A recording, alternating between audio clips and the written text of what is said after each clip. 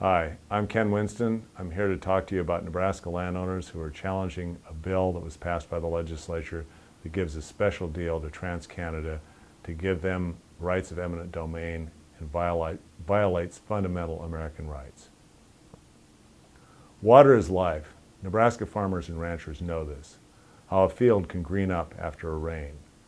How a properly irrigated field can produce so much more with water on it. How a field can burn up when there is no water, and how much water their livestock need to survive. They also know the value of the land that nourishes and sustains the plants and animals that they grow to feed themselves and the ever-growing demands of a hungry planet. Nebraska landowners Randy Thompson, Suze Luby, and Susan Donovan have spent much of the past 4 years fighting to protect the life-giving resources on their land against the threats of foreign corporation, TransCanada, and the risks of a high-pressure tar sands pipeline. When they learned the legislature had passed LB 1161, which has no standards to protect the resources on their land, and gives TransCanada a special deal to use eminent domain to take private property for this pipeline, they decided to challenge it. The Nebraska Sierra Club supports their challenge because it protects two fundamental rights: the right to protect private property and its natural resources, and the right to due process of law.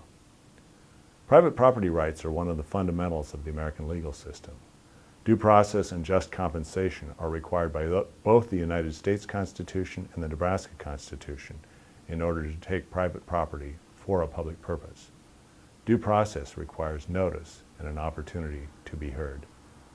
This means that landowners have the right to know what standards will be used to take their land.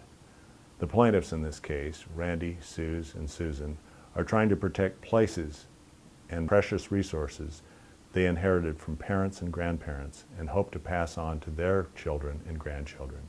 It represents the sweat of blistering hot days, pulling calves in blizzards, tears and laughter, honest hard work to make ends meet in good and bad. LB 1161 authorizes the Nebraska Department of Environmental Quality, or DEQ, to evaluate the proposed route of an oil pipeline based on environmental, economic, and social impacts. After the governor gives his stamp of approval, and he said that he supports the pipeline being built as soon as possible, TransCanada has the right to exercise eminent domain to take land along the route. The evaluation factors sound good, but they provide no basis for DEQ to decide whether a proposed route is good or bad. There's nothing in LB 1161 that requires TransCanada to avoid the sandhills or any other place where our vast Ogallala aquifer is vulnerable. The factors that DEQ cites appear in TransCanada news releases and sound bites, not in documents that have legal authority. This would be like our DMV deciding how to issue driver's licenses based upon the press releases of a foreign corporation. This means that landowners along the route have no way of knowing what factors will determine whether their land will be subject to eminent domain proceedings brought by a foreign corporation. A process based on TransCanada's news releases should not be allowed to stand when it impacts fundamental rights like private property. The process that created LB 1161 also fails to meet standards of due process. When the Natural Resources Committee heard LB 1161, its only supporters were TransCanada executives who testified the bill would apply only to them. 13 Nebraska citizens, a unanimous group, testified against the bill. At the end of the session, the legislature adopted a version of LB 1161 that was far different from the bill presented in February.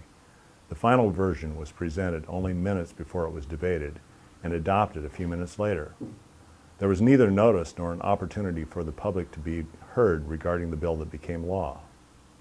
The fact that TransCanada spent more than $500,000 lobbying the legislature in the last year raises serious questions about a process that ignores the voices of Nebraskans and grants special favors to a foreign corporation. LB 1161 is a misbegotten piece of legislation that threatens fundamental American rights to due process and private property. The Nebraska Sierra Club is proud to support brave Nebraskans like Randy Thompson, Suze Luby, and Susan Donovan, who are willing to take a stand to protect our rights and our life-giving resources.